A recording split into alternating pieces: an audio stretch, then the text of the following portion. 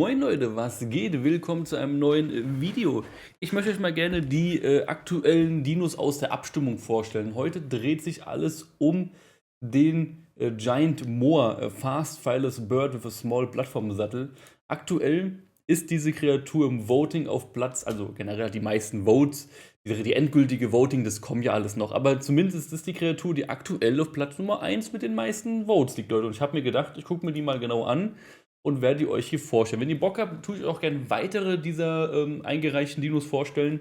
Und ja, hier erstmal die Optik. Also, ich sieht aus wie ein Strauß. Ich glaube, es soll auch eine Vorfahre des Straußes sein. Ihr seht mit einem Haus drauf, was ich super cool finde. Irgendwie auch, dass er uns packen kann. Wir gehen aber gleich den kompletten Dossier und alles nochmal ganz kurz durch. Er hat recht coole Fähigkeiten, ist nicht gerade klein und wird so eine Art Allrounder werden, Leute. Bei dem Bild muss ich irgendwann Final Fantasy mit Chocobos denken, aber gut, das ist nochmal was anderes.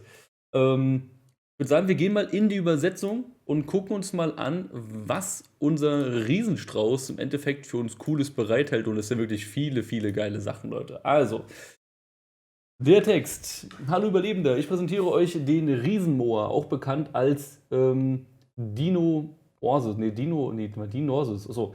Er ist groß wie ein Vogel, aber ziemlich klein für eine Plattformkreatur. Obwohl er nicht fliegen kann, macht er die verlorene Zeit mit seiner beeindruckenden Laufgeschwindigkeit und Ausdauer wieder wett.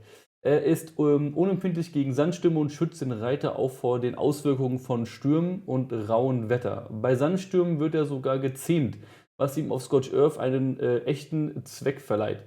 Er hat die Fähigkeit, jedes Ei auszubrüten, indem er sich auf das Ei setzt. Er kann mit einem kleinen runden Sattel ausgestattet werden, der groß genug ist, um ein paar wichtige Dinge wie ein Bett und eine Schmiede unterzubringen. Also erstmal im Grunde genommen ein cooler Gedanke, gerade weil Sandstürme auf Scorched Earth ja im Endeffekt so das Mieseste ist, was es eigentlich gibt, finde ich zumindest so als Wetterbedingung. Ich meine, so die einzige große Wetterbedingung in Ark. Auf jeden Fall, davor schützt er einem, er kann Eier ausbrüten, also schon mal ein recht guter Zweck. Gucken wir mal.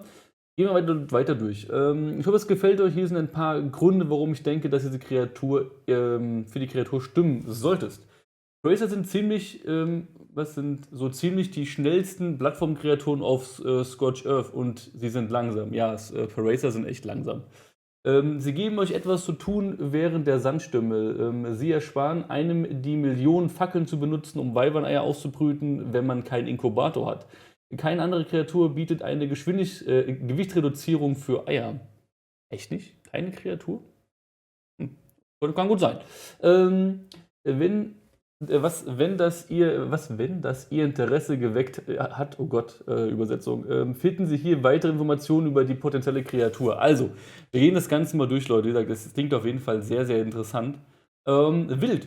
Aus der Ferne konnte das. Ne, warte, wir machen den Dosier mal mit zum Schluss. Wir gehen erstmal auf die wichtigen Dinge. Verhalten. Der Moa ist nicht aggressiv, solange er nicht angegriffen wird. Wenn er angegriffen wird, verteidigt er sich mit seinem scharfen Picken und einem kräftigen Tritt gegen den Feind. Zähmen.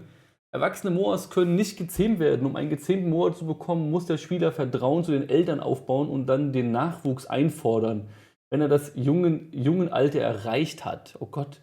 Moas laichen in Paaren, ein Männchen und ein Weibchen. In Panik legt das Weibchen kurz vor einem Sandsturm ein Ei ab. Das Ei ist äußerst zerbrechlich und kann nicht aufgehoben werden. Sobald der Sandsturm einsetzt, setzt sich das Moa-Männchen auf das Ei und brütet es aus. Um Vertrauen zu den Eltern aufzubauen, muss der Spieler bei der Verteidigung gegen ankommende Titan-Moa helfen. Die versuchen, das Ei zu stehlen, ähnlich wie bei einer Verteidigung eines OSDs. Bei jedem getöteten Titan-Moa steigt die Verteidigungsanzeige im HUD über dem Männchen.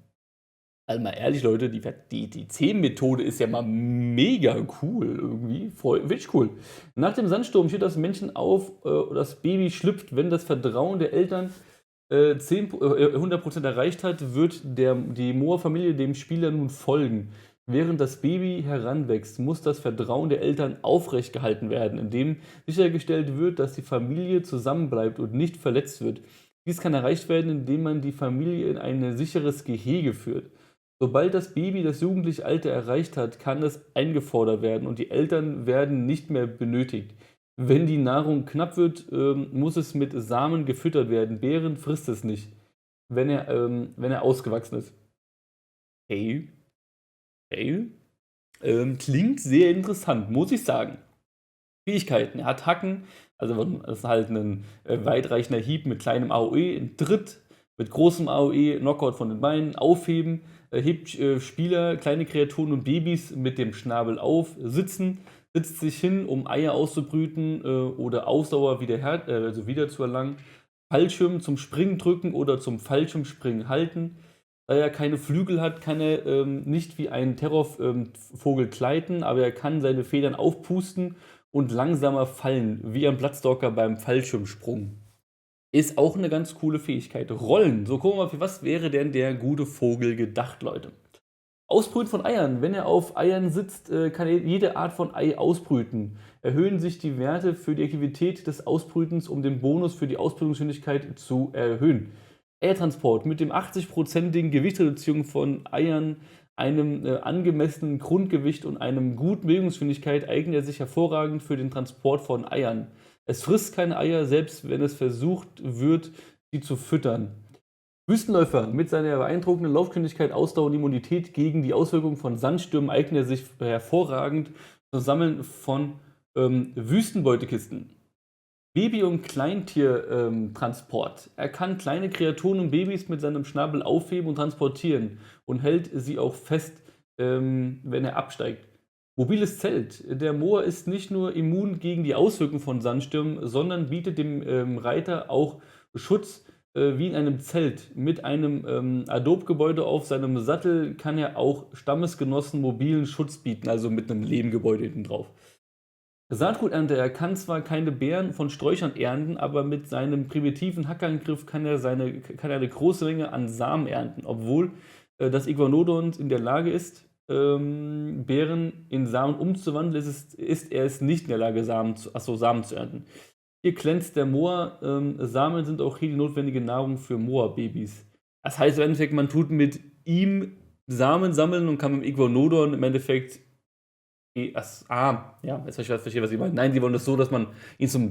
Gut, aber wie viele Samen braucht man denn? Weiß nicht, braucht ihr endlos viele Samen? Ich brauche gar nicht so viele Samen, aber egal, kann er halt. Moa-Zähmhilfe.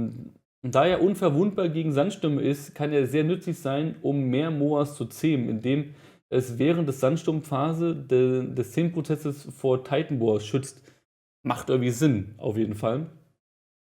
Mobiler Lehmfarm. Seine Fähigkeit, sowohl Sand als auch Kaktussaft zu ernten, kombiniert mit einem mit einem Mörser an einem Stößel oder einer Chemiebank auf seinem Plattformsattel, macht es ihn zu einem sehr effektiven Lehmfarmer. Macht auch Sinn. Warum nicht? Ja, Leute. Der Moor, zusammengefasst, ein Reittier in der Wüste, soll sehr schnell sein. Er kann im Prinzip keinen Fallschaden, weil man kann mit ihm Fallschirm gleiten. Er kann alle Arten von Eiern ausbrüten, weil er sich draufsetzt. Er hat einen Sattel zum draufbauen, was ich immer sehr cool finde. Hat eine ausgefallene Tame-Methode, die aber nicht unbedingt super schwer sein muss. Das einzige Problem ist wahrscheinlich, dass wenn man einen, sagen wir mal, 150er Moor findet, man es ja nur während des Sandsturmes zähmen kann. Heißt, man muss im Endeffekt einen Sandsturm abwarten. Was wiederum aber auch den Jerboa wieder interessant macht, weil der Jerboa macht ja dieses Geräusch, wenn ein Sandsturm kommt. Das heißt, man könnte es da sehr gut kombinieren. Finde ich eigentlich ganz geil. Ja. Ähm, Wie ist eure Meinung zum Moor? Ich finde es eigentlich cool, muss ich sagen. Mir gefällt das komplette Konzept und jetzt gehen wir mal ganz kurz den Dosier durch und dann haben wir auch das Video geschafft, Leute.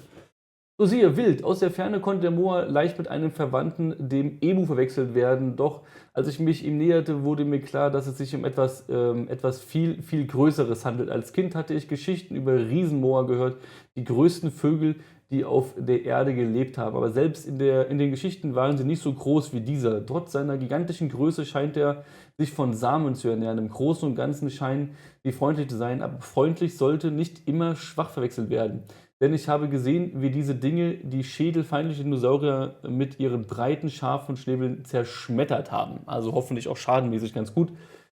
Domestiziert. Der Moor ist zwar relativ leicht anzufreunden, aber als Erwachsener scheint er nicht zähmbar zu sein. Es gehört nicht auf Pfiffe und mag es überhaupt nicht, wenn jemand versucht, auf seinem Rücken zu klettern. Versuche seine Eier zu stehlen, geht auch nicht gut.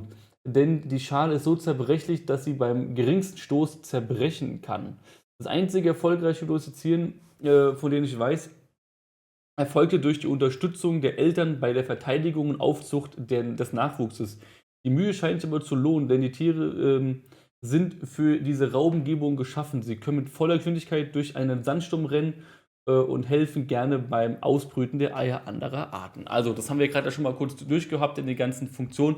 Ich finde den cool, Leute. Schreibt mal in die Kommentare, habt ihr Bock drauf? Wenn ihr Bock drauf habt, dann ja, verfolgt das Ganze auf jeden Fall. Lasst euren Votern da. Wie gesagt, wir werden nochmal weitere Videos zur Abstimmung auf jeden Fall machen. Ich finde ihn cool. Ich freue mich drauf. Einer der Dinos, den ich sogar gern sehen würde. Also Leute, wenn ihr mehr sehen wollt von den Kreaturen aus der Abstimmung, schreibt es in die Kommentare. Ich stelle sie euch auch gerne alle vor. Also bis dann.